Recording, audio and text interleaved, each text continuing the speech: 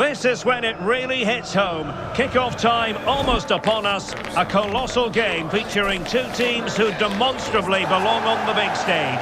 We know they can deliver, but will they do it with the pressure on and the fans wired in? Stay tuned, we'll have all the action for you live from London here on EA TV. Well, it just hasn't stopped raining all day long. We're here in North London at the Emirates Stadium. Hello, welcome back to Armchair Armory. And first of all, I think I said this in the reaction to Bayern Munich, but I apologise in advance if I cough. And my voice is a bit all over the place. I'm sick at the moment, some kind of throat viral infection or something like that. Maybe what we call here a cold. So next game in the Premier League. I know I've said this a few times, but the games are coming thick and fast. Next game in the Premier League, Aston Villa at home. I mean, I'm a little bit worried about this one, just because I feel like the result against Bayern Munich, which ended 2-2, will still ring in everybody's ears. I felt pretty deflated after that result. I mean, it was sort of like a half deflation. I felt pleased that we fought back to get the draw and that we didn't capitulate and we competed with them. But I was deflated from the fact, as I said in the reaction, that I felt like there was an opportunity missed. And you have to say that the onus and the favoritism is now with Bayern Munich, because they do pretty well against English teams at home, or they have done in the past few years. I mean, I'm going to say it now, even before I previewed the game. I don't think we're going to win. I don't think we're going to go through. I think this is going to be the end of our Champions League run, because I just don't see how we're going to win. And the only other team I ever say that about is Man City. Man City and Liverpool are the only other teams I say that about. I'm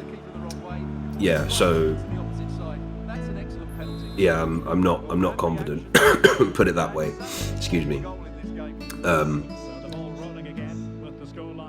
I don't know how this is going to go, because in previous seasons, even last season when we were doing well, after European games there was a sort of hangover where we would produce not a great result afterwards, particularly the season before last when we were going for top four rather than the title. So that's one thing I worry about. I feel that, it was quite a hard-fought game, particularly towards the end, to get that equalising goal. And then on top of that, there's all the controversy that went around it, like the Saka penalty shout at the end, the apparent, which I didn't even notice, the Gabriel handball penalty shout, which I think overall, Thomas Tuchel moans about everything. The guy's the fucking Karen of football. But he's as bad as Klopp in terms of moaning about things. But yeah, I think Gabriel didn't hear the whistle, and that's why the referee thought it's such a stupid thing to give a penalty for in a quarterfinal of a Champions League. So I'm sort of on the referee's side. Although I felt like he blew for everything. He did okay, but I felt like he blew for literally everything. He stopped the game at most points. I mean, people would disagree with me because I've heard counter arguments to mine saying that he let the game flow, but I don't think he did.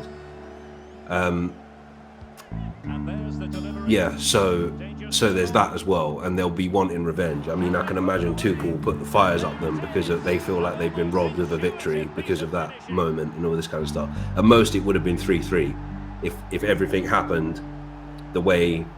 If everything was given, so the Gabriel quote-unquote handball was given, be 3-2 to Bayern, and then if Saka gets that penalty and we convert it, it'll be 3-3. So to be honest, I think what probably happened is the referee thought, with the Saka one specifically, he probably thought, well, I let that one go, so I'm going to let this one go. But who knows? Only the referee would be able to answer that question, and normally the referees don't answer that question. Anyway, Aston Villa. So yeah, this is what I'm saying, that I'm a little bit worried that there's going to be a European hangover and we're not going to play well. And again, it's another game that we sort of have to win. But at the same time, it's not a nothing game for Aston Villa. It's a game that they have to win as well. In typical Unai Emery fashion, their form recently has been pretty indifferent, and they've been battered a few times in the last couple of games. You know, they've lost 4-0 to. I'll just share my screen. Haha, fucking corporate speak there. Yeah, as you can see, they're in 5th at the moment. They got beaten by their main rivals for the 4th spot, Spurs, 4-0. I think they got beaten by Newcastle 4-1 a few weeks ago as well. And then obviously they got beaten 4-1 by City at the start of April. Their last result being the draw against Brentford. I didn't actually see that. I need to go back and watch the highlights. But yeah, I said there's someone I work with that, you know, you don't find them very often down south where I am in England. But yeah, there's someone I work with, a guy I work with that's a Villa fan, and he was saying, and I said to him, that I feel like that is just the way Unai Emery is. Like, he was like that with us, where one week we'd be, like when we beat Spurs 4-2 in his first North London derby, and then, you know, the following week we'd go and get battered 3-1 by Crystal Palace. I know it wasn't the same time, but you know what I mean. Like, I just feel his management style is very sort of pragmatic to the point of unpredictability. But I still think that this is I mean, I know I say this every week, but I feel like this is a potential banana skin just because of the fact we've had, you know, an indifferent result in Europe in the week. I think Villa are playing tonight, as far as I'm aware. I think they're playing tonight in the Europa Conference League. Yeah, they are. So they'll have less preparation. They'll have 1 day less preparation than we will. They're playing Lille, and they're 1-0 up at the moment. Ollie Watkins has scored. So yeah, that might work in our favour. The fact that it's at home works in our favour as well. But I've seen this all too many times before, where we've come off a less than positive, like not necessarily like a bad result, but we've come off the wrong side of the advantage in a European tie, and we kind of play a little bit lackluster. This season's kind of bumped that a little bit because we came off of losing to Porto in the first leg in the round of 16, and I believe we went on and beat the next team like 5-0 or something. I don't think it's going to be that. I don't think the score against Villa is going to be that. Where are we? Porto away. Yeah, we then went and beat Newcastle 4-1. So it's kind of bucked that trend a little bit, but you know, nothing changes completely. Lightning doesn't strike twice. So yeah, you know, and I know that, you know, Arteta will be thinking about that game. He'll be thinking about sort of the dangers of Bayern Munich.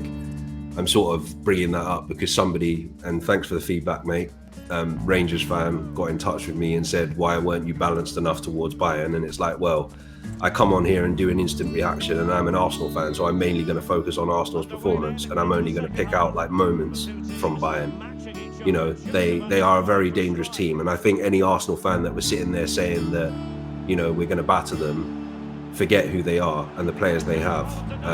You know, and that's why I think that they'll be 10 times worse in terms of kind of, you know, counter-attacking us at home than they have done than they did at the Emirates. But anyway, Aston Villa. So yeah, I think I'm a little bit worried about this one just because of the fact of the result during the week.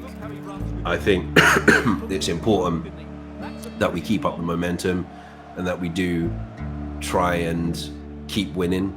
At the moment, where I'll share my screen again because I closed it too early. You idiot. So yeah, so we're currently level on points, ahead on goal difference in front of Liverpool. Excuse me. At the moment, Liverpool have lost 2 games less than us.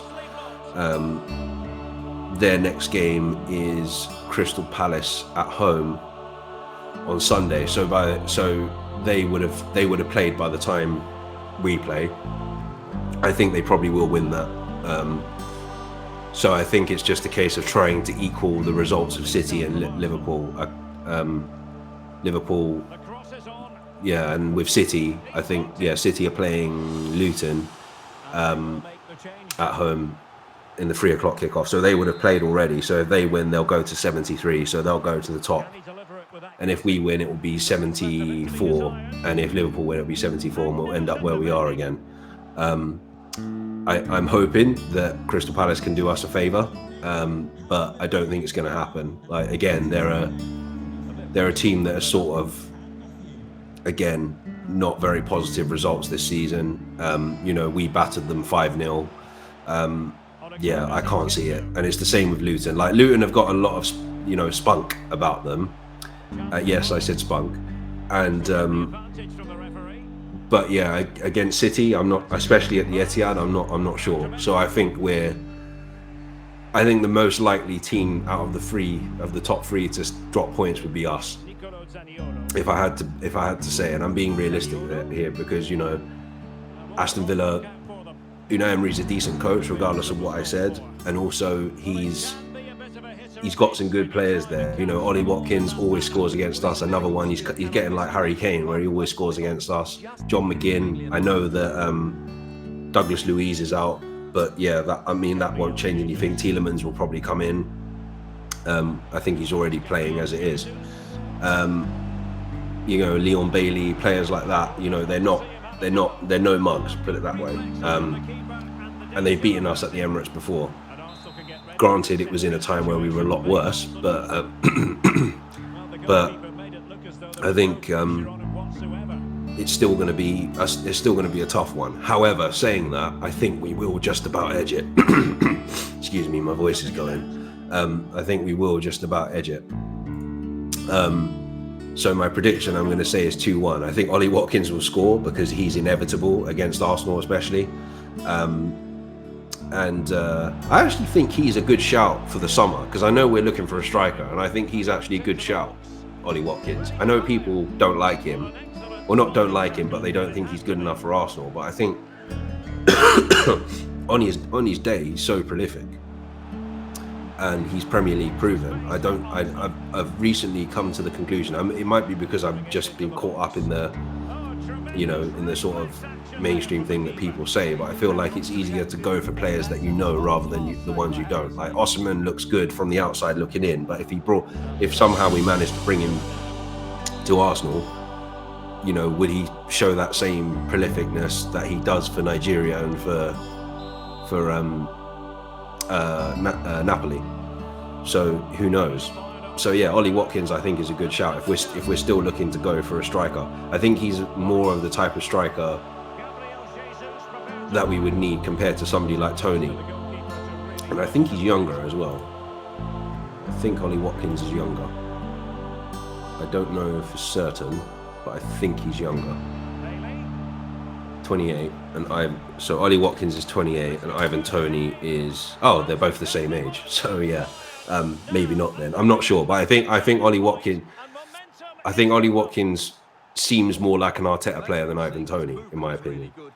But yeah, I think the score will probably be something like 2-1. That's what I can imagine. 2-1 or 3-1, hopefully to Arsenal.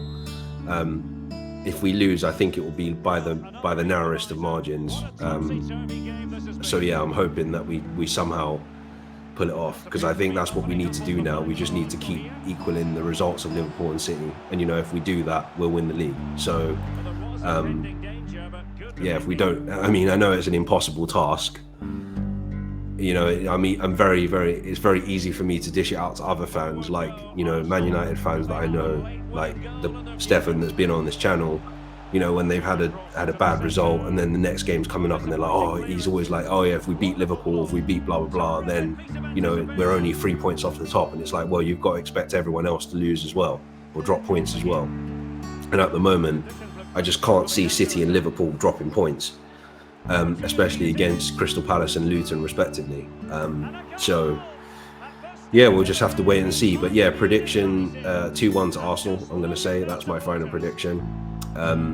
Yeah, I'll be back again. I'm going to leave it there. I'll be back again after the game on Sunday.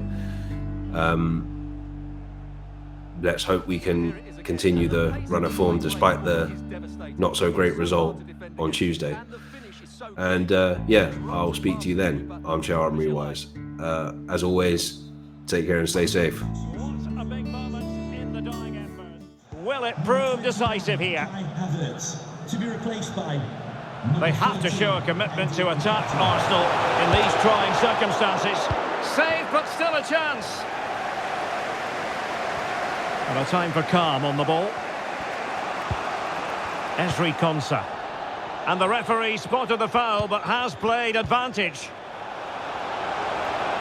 Well, he stopped them in their tracks. Not the best challenge, free kick.